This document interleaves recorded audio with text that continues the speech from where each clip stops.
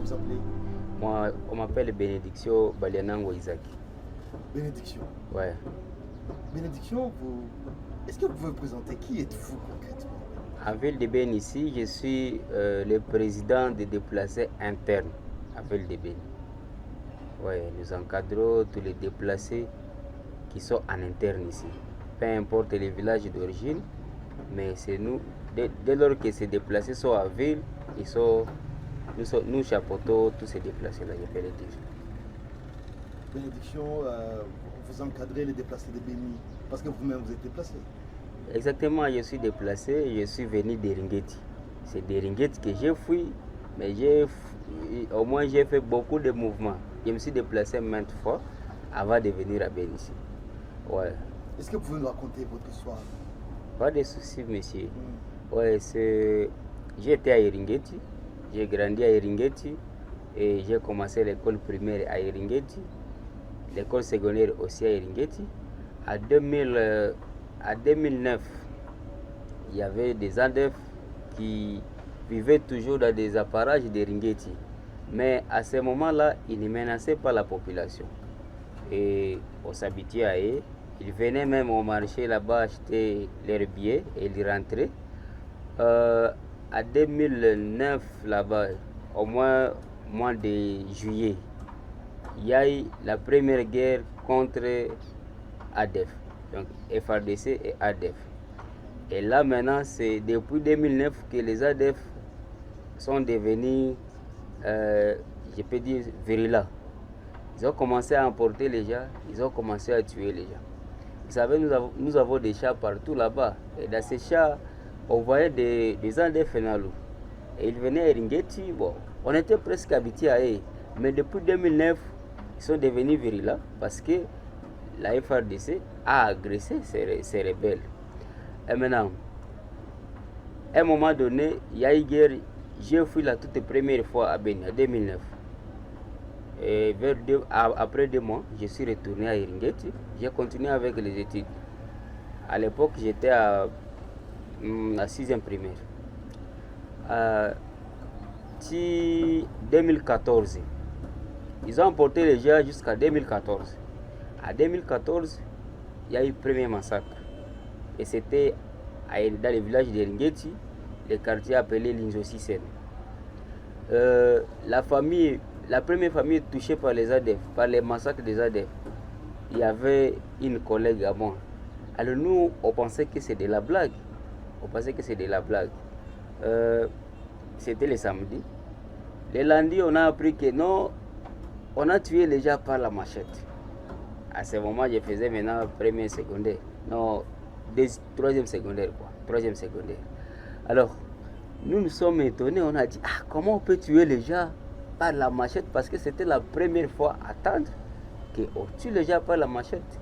Auparavant, on savait qu'on emportait les gens à la brousse et on tuait les gens par des armes à feu. Mais en 2014, on a commencé à faire quoi? À tuer les gens par la machette. En tout cas, nous étions vraiment étonnés en tant qu'élèves. Vous savez, cette ambiance, les élèves. Alors nous, on pensait que c'était de la blague. Et nous nous sommes même demandé c'est quel problème qui a poussé à ce que le massacre cette famille. On n'a pas compris. Mais le lendemain, ils sont encore revenus. Les ADF sont revenus dans un autre village, à Maïmoé. Le surlendemain, ils sont encore venus attaquer un autre village. C'était vraiment d'habitude. Alors nous nous sommes dit, apparemment ça c'est un danger qui entre dans la communauté. À ce moment-là, on avait arrêté d'aller suivre les cours.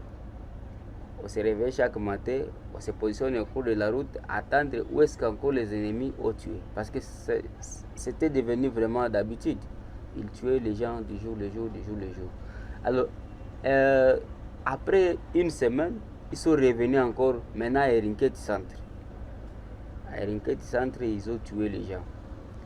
Moi-même, j'ai failli mourir dans cette massacre-là. Ils sont venus, nous étions à la maison. Quand nous étions à la maison, vous savez, dans les villages, quand il y a des gens de la sécurité, les gens se déplacent, même s'ils sont dans leur milieu, mais ils se déplacent la soirée Par exemple, à 17h, on va quitter notre zone pour aller dans le centre. Et c'est ce que nous on faisait. Donc, on passait la journée à la maison, mais à 14h ou 16h comme ça, on part vers le centre de Ringeti. Alors, c'était à 18h30. Moi, je suis resté à la maison seul. Maintenant, je me suis dit, bon, comme il est déjà nuit, je vais aller vers le centre pour suivre la famille là-bas. J'ai vu une cortège de militaires, des soldats. Je me suis dit, comme ce sont des soldats de la patrouille, il faut que je parte avec eux pour que j'arrive au moins en sécurité. Je suis allé derrière eux, j'ai fréquenté seulement des parcelles, mais je me suis dit, est-ce qu'on peut poursuivre comme ça les soldats? Parce que les soldats, à un moment, ils changent d'avis. Ils peuvent même m'attraper ici à penser que je suis rebelle. Mon esprit m'a dit, il faut que je me repose et puis qu'ils commencent à continuer, je vais aller au moins après. Je suis entré dans une parcelle comme ça. Ils ont continué. Première parcelle, deuxième parcelle, nous avions attendu, ils commencent à toquer la porte là-bas. Fungula, ils ont dit ça. Fungula. Ils ont tué, les gens ont commencé à pleurer. Tout d'un coup. Alors moi, je me suis dit, ça c'est déjà un danger. Et j'ai dit même aux gens qui étaient dans cette parcelle, là où je me suis reposé, je leur dis, apparemment ça ce sont des ennemis. Ce ne sont pas nos militaires. Parce qu'ils portaient même la tenue de notre armée. Alors je me suis dit, moi je quitte ici. Alors il y avait des ivrognes là-bas, ils ont dit, toi tu as peur, moi je n'ai pas fui, c'est cela. Mais moi je me suis sauvé, j'ai fui. Dès lors qu'ils ont fini à tuer cette parcelle-là, ils ont revenu là où j'ai été. Ils ont tué tout le monde là-bas. Alors c'était ça ma chance parce que au moins j'avais ici détecté qu'apparemment ils sont des rebelles et moi j'ai quitté. Ça c'était la première fois que j'ai failli mourir. La deuxième fois, c'était maintenant la guerre qui a attaqué pour la deuxième fois Ringeti. Nous étions au lieu de deuil à la veillée mortière. Ils sont venus. Ils ont attaqué un autre quartier. Pendant la nuit comme ça, 19h, ils ont tué les gens. Mais lorsque ces rebelles entrent, vraiment ce sont des armes qui chantent l'hymne de la mort. Il y a des décryptements par-ci par-là. Alors j'ai failli vraiment mourir parce que c'était la nuit. Et il y a des flammes là, les flammes de l'arme qui se jetaient partout là où on était. Parmi nous d'ailleurs, au lieu d'aider, il y avait quelqu'un qui était blessé. Ça c'était la deuxième fois que j'ai failli mourir. La troisième fois c'était le dimanche maintenant, le 24. Les 24, ils sont encore revenus à Ringeti. Pendant ce temps, on avait déjà assisté à une petite sécurité. Donc ils ont fait au moins 2 mois, 3 mois sans revenir. Alors on s'était déjà habitué, on avait dit apparemment c'est déjà la guerre a pris fin, tout ça. Le dimanche comme ça, c'était le 24 novembre 2016. Quand je faisais maintenant 6e secondaire. Je suis allé, moi j'aime beaucoup les jeux à Walé. Alors je suis allé jouer aux jeux à Walé. Les dimanches, vous savez, dans les villages, les dimanches, les gens ont l'habitude d'aller rendre visite les malades à l'hôpital. Il y a des concerts qui s'organisent. Alors moi, je suis allé jouer au jeu à Walé. À 15h, j'ai attendu 2 coups de bombe. Boum, boum. J'ai dit à mes collègues, ça c'est la guerre. Et elle est vraiment dans notre milieu. Ce n'est pas loin d'ici. Moi je quitte, c'est moi qui jouais, mais j'ai laissé, je quitte, je leur ai dit tout kimbi. Et ils ont dit, toi tu as peur, toi tu fouilles, nous allons rester. J'ai fait seulement, monsieur, j'ai fait au moins une parcelle. Il y a une bombe qui est tombée là où moi j'étais. Et tous les gens avec qui j'ai joué, ils sont décédés. Alors j'ai avancé 4 mètres comme ça, j'ai vu des rebelles partout. Il y a une maman voilée comme ça à tenue musulmane, je m'excuse, mais au moins elle était voilée à tenue musulmane. Elle a dit Toka kimbia tukuna bomola mugini. Elle avait PKM comme ça. J'ai fui encore, je suis allé quelque part, j'ai vu des enfants. Des enfants, ils ont des armes AK-47. Vous allez voir un enfant de 11 ans. il a des armes à main. Alors, et aussi, j'ai risqué, ils ont voulu me tuer, mais au moins, je me suis sauvé et j'ai fui. Alors, je me suis forcé d'aller jusqu'à la maison parce que le dimanche, les enfants restent à la maison. Je me suis dit, il faut que je parte sauver les enfants. Maintenant, y arrivé, j'ai trouvé personne. La porte ouverte, les enfants aussi, ils sont, je ne sais pas où. Les parents, la maman était allée à l'hôpital rendre visite notre grand-mère. Le papa, il était allé au champ chercher à manger parce que ce dimanche-là, je me souviens, on n'avait pas à manger. Maintenant, le papa, il était allé seul à Brousse. Alors que là où il était allé, c'est là où les rebelles sont venus de là. Alors je me suis dit, comme à la maison, il y a seulement des affaires, laisse-moi forcer pour aller à la maison voir comment je vais retrouver les enfants. Et on avait aussi des chèvres, on avait attaché les chèvres aux herbes. Je me suis dit, il faut que je parte aussi des lieux pour amener les chèvres à la maison. Alors, je me suis forcé, les gens fuyaient partout, il y avait des armes vraiment partout. Et les gens mouraient. Mais moi, je me suis dit, je m'efforce d'abord pour arriver à la maison. Je suis arrivé à la maison. Moi, dans mes habitudes, je n'avais pas l'habitude de fuir. Les gens fuyaient, mais moi, j'ai resté. Au moins, j'étais là pour calmer notre entourage. Et les gens croyaient à moi, au moins. Maintenant, quand j'ai vu que ça chauffe, je suis allé à la maison. J'ai fait tout moyen de délier les chèvres jusqu'à la maison.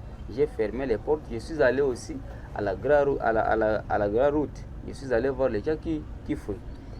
En y arrivant, les ennemis ont encore progressé vers nous. Je me suis dit, il faut que je me sauve. Et je suis allé à l'église anglicane parce que j'avais aussi l'habitude de prier là-bas. À l'époque, j'étais intercesseur. Je suis allé jusque là-bas. Nous étions avec les amis avec qui on priait. À un moment, pendant ce temps, on a attendu au moins 30 minutes. Après 30 minutes, les rebelles ont progressé jusque là-bas. Je me suis dit, ça encore c'est un danger. Je risque de mourir ici. Je me suis sauvé, je suis allé vers la province orientale parce que Eringeti est à la limite entre oriental et Ituri, l'ex-oriental. À l'époque, nous on pensait que les ADF sont seulement pour l'Ituri, non, pour le Nord Kivu. On ne savait pas que ces gens peuvent entrer aussi en Ituri parce qu'ils tuaient sincèrement toujours à notre province ici. Alors, je suis allé, arrivé dans une courbure comme ça, on nous a tiré 2 coups de balle. On avait des militaires avec qui on fouillait. On nous a pointé comme ça.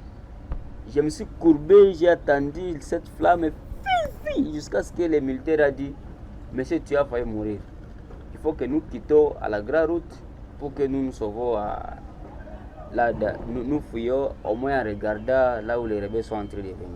Alors nous avons laissé la grande route pour aller chercher d'autres pistes. Nous sommes arrivés maintenant à la barrière, la grande barrière qui sépare l'Ituri et le Nord Kivu. Il y avait des militaires là-bas. Ils se sont cachés derrière les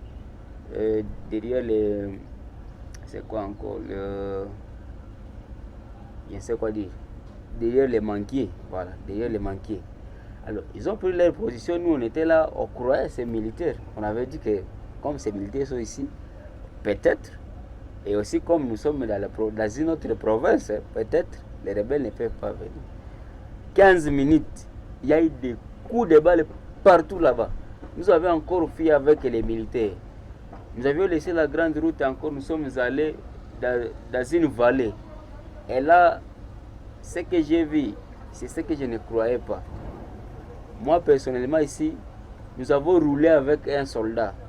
Lui, il monte sur moi, je monte sur lui. Il monte sur moi, nous tous avions fui. Il a son arme, moi, je suis vide. Maintenant, on a roulé ensemble.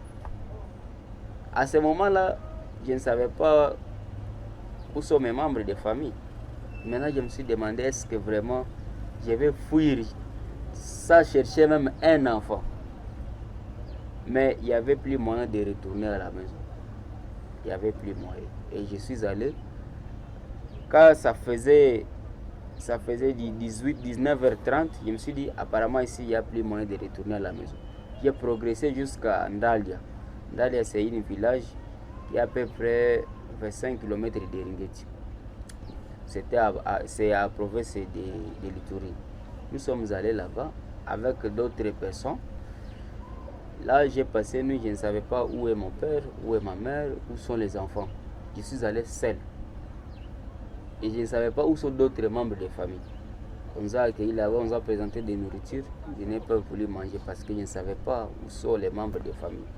Et dans leur tour aussi, eux aussi ne savaient pas où est-ce que je suis. Donc chacun. Les ADF ont continué avec la guerre. C'était à 0 heure. Le dimanche que je disais, le 24, je suis allé à Ndalia. Il est arrivé là-bas, là où on a fui. On nous a donné des nourritures, mais il n'y avait pas moyen de manger. Parce qu'on ne savait pas où sont les membres de nos familles, où sont les nôtres. Et le dimanche là, tel que je l'ai dit, dans les villages, c'est le bon moment où la famille peut aller rendre visite déjà de l'hôpital. Alors, c'était à 0 heure. D'abord, lorsqu'ils sont venus à 15 heures, ils ont attaqué l'hôpital. Ils ont tué tous les malades et un infirmier. Dans ces malades-là, il y avait ma grand-mère. Alors, mon grand frère était allé aussi rendre visite à la grand-mère. On a d'abord pris en otage mon grand frère. La grand-mère, heureusement, elle était restée. On a tué tout le monde, mais sauf la grand-mère. Alors, les grands frères, on est allé avec, les rebelles sont allés avec lui. À 0 heure, ils ont laissé des Kadogo, les enfants, pour assurer son garde. Alors, lui, il s'est dit, ça, je ne vais pas résister. Avec ces enfants ici, je peux m'échapper. Il a fait tout mal, il s'est échappé. Ils ont tiré, ils ont cherché à tirer, mais apparemment, il y a eu un commandant qui avait dit, ne tire pas, laissez-lui partir. Et c'est comme ça, lui aussi, il s'est sauvé. Là, moi, je suis à Ndalia. Mais lui, il était déjà à Brousse avec les rebelles. Une partie est allée à Brousse, mais d'autres sont restés à Eringeti. Ils ont combattu jusqu'à 0 heure. La FRDC à 0 heure, selon le dire, ils ont fui. Ils ont laissé Eringeti entre les mains des rebelles. Ils ont brûlé les maisons. Ils ont jeté des bombes par-ci, par-là dans des maisons. Et tout le monde qui était resté dans le village, il était décédé, il était tué. Là, je ne savais pas où est le papa, parce que lui, il était allé à Brousse chercher à manger. Quand c'était le matin, nous nous sommes dit, mais quand même, on ne peut pas fuir comme ça, il faut qu'on retourne, qu'on voit ce qui s'est passé. Nous sommes retournés, mais on a trouvé des morts et des morts. Et j'ai fait 3 jours sans voir où est ma mère et où sont d'autres enfants. Mais au moins, le papa, lui, il était venu juste le matin. Il avait dit, quand j'ai attendu ça, je me suis caché quelque part. Lui, au moins, il était venu le lendemain. Mais la maman, c'est après 3 jours qu'elle était revenue. Alors, quand on a tué dans un village, on fait des cérémonies de deuil. Et puis maintenant, on cherche à fuir maintenant. Après la guerre, c'est maintenant qu'on fuit. Nous nous sommes dit, on va enterrer, mais il faut qu'on fuit. Alors, nous sommes allés, au lieu d'Endalia, j'ai dépassé encore Ndalia. Nous sommes séparés, on s'est dit, on est déplacés. Comment on va aller dans une famille pendant qu'eux aussi ils ont des enfants? Nous sommes allés, on a retrouvé une dada comme ça, une sœur de bonne foi. Il nous a accueillis, nous 3, moi et mes 2 grands frères. Nous avions fait là-bas des semaines. Mais je me suis dit, je suis finaliste. Comment je vais vraiment annuler toute une année pendant que nous sommes presque à la fin? C'était au mois de novembre, quoi. On a déjà évolué, est-ce qu'il faudra-t-il que je laisse parce que je suis déplacé? Je me suis décidé, moi je rentre à Beni. Je pars poursuivre les études là-bas. Peu importe les documents, mais je vais m'expliquer, il faut que je parte. C'est ainsi que j'ai quitté encore les villages là les villages de Passandalia, là où nous sommes allés. Je suis maintenant venu à Beni. Arrivé ici, ce n'était pas aussi facile s'intégrer. Ce n'était pas facile parce que même à l'école, j'étais stigmatisé. À l'époque, il y avait des cryptements de balles partout ici à Boïkene. Et quand ça commence, pendant qu'on suivait cours, il y a maintenant des menaces que je vais suivre, je vais obtenir à partir de mes camarades de classe. J'ai l'habitude de dire, on sait qu'il y a beaucoup de mafikir, tu ne peux pas évoluer normalement ici. Ce n'était pas vraiment facile, mais au moins, j'ai évolué. Pendant maintenant les examens d'État, il fallait que je rentre parce que mon nom n'était pas annexé ici à Beni. Mon nom était ressorti sur la liste électronique, toujours au niveau de Ringeti. Alors il fallait que je fasse des mouvements pour aller compléter la fiche de souche, pour aller cocher l'examen d'État, il faut que je fasse des mouvements. Mais j'ai aussi failli mourir pendant les mouvements là que j'ai fréquentés. À un moment, je vais arriver à Oisha, on me dit il ne faut pas continuer parce que les rebelles sont en train d'attaquer Maïmoa. Mais je vais me dire, on va compléter la fiche aujourd'hui. Et après aujourd'hui, je rate. Sinon, je pars ou je rate. Alors je me suis dit, je vais aller. Si c'est la mort, la mort. En tout cas, je suis allé, j'ai avancé. Même s'il y avait des cryptements entre militaires et ADF, au cours de la route, je faisais mes mieux possibles pour traverser. Alors, le jour de notre jury, le jury s'est passé à Oicha. Nous sommes allés à Oicha. On a rattrapé encore les gens, soi-disant les Wakurima, qui venaient de Massissi pour aller cultiver. Ils se disent cultiver, mais nous on pensait que ce sont eux qui nous amènent même la guerre ici. Alors, quand on a attrapé ces gens dans une voiture, la population s'est réchauffée contre ces gens-là. Pendant que nous sommes en train d'aller passer les examens, on nous a crépités de bombes lacrymogènes, nous avons passé les examens à pleurant. Il y avait vraiment des larmes aux yeux. On ne savait pas comment réfléchir, je peux le dire. Mais au moins, dans tout ça, Dieu nous a sauvés.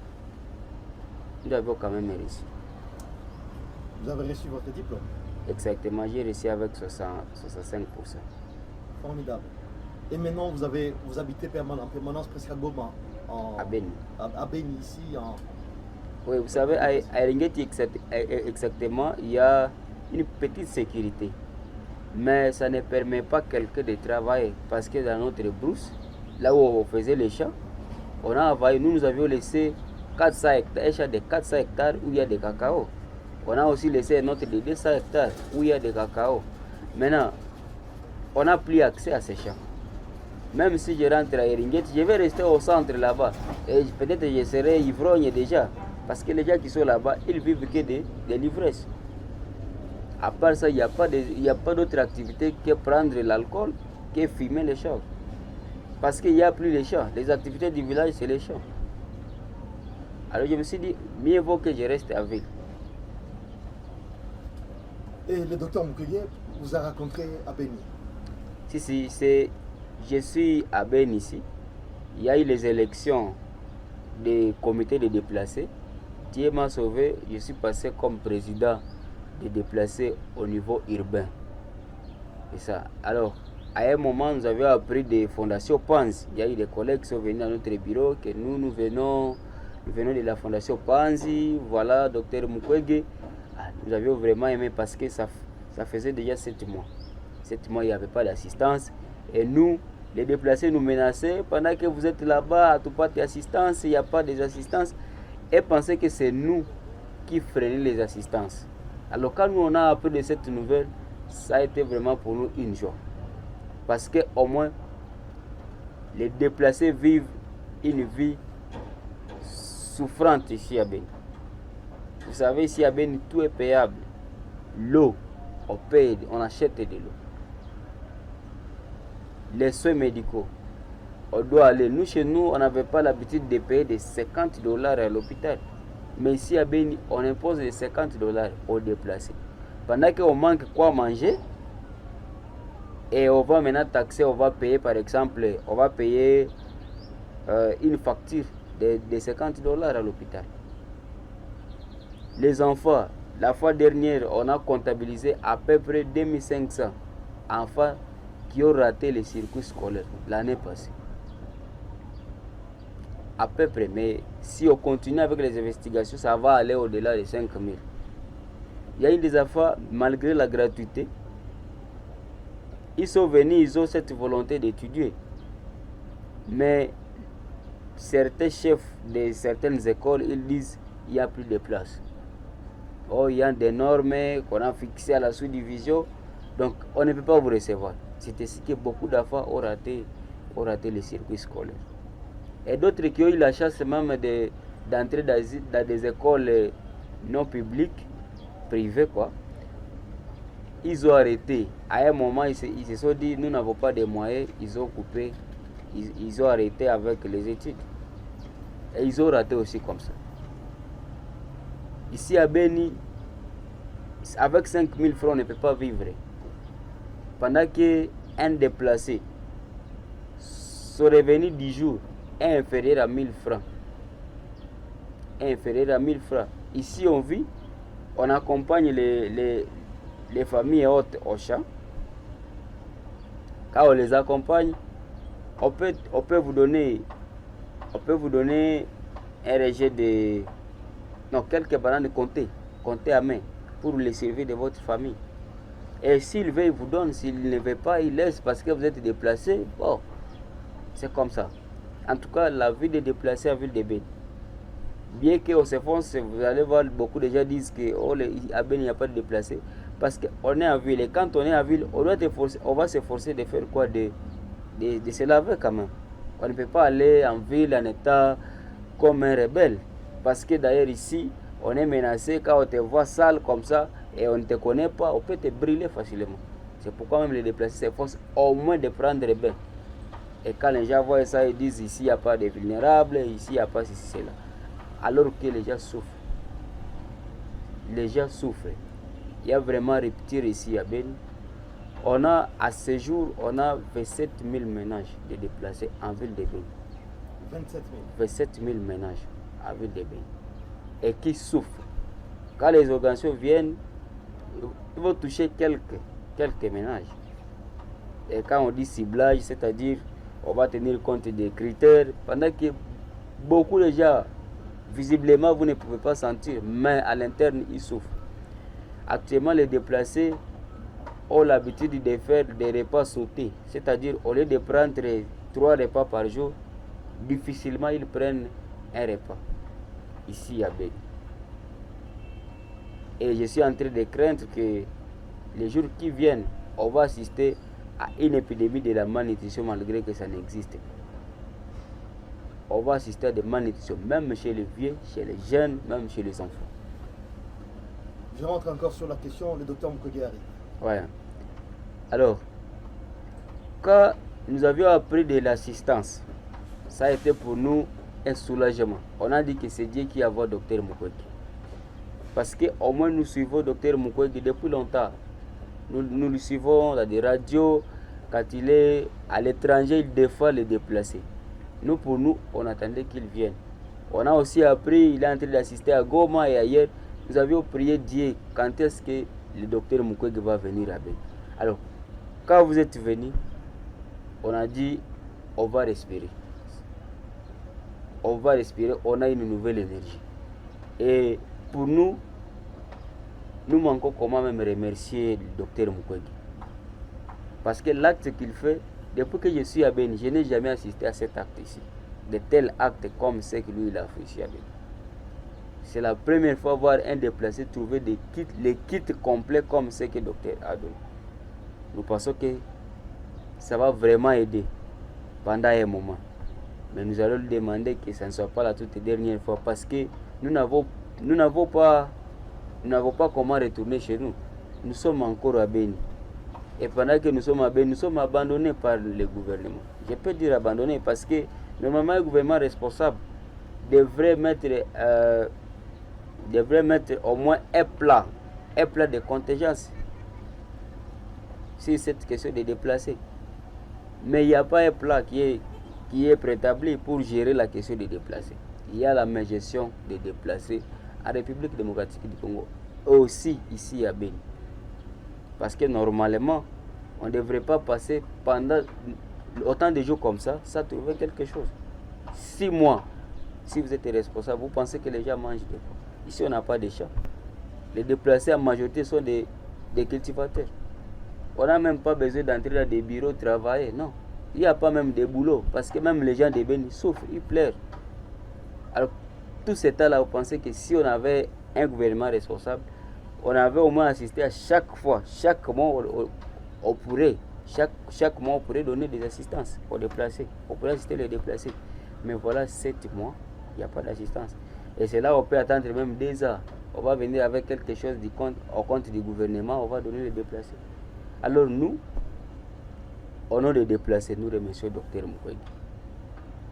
Nous remercions sincèrement le docteur Mukwege. Et vraiment, nous sommes derrière lui. L'acte qu'il a fait, c'est un acte que nous louons. Nous manquons même des mots.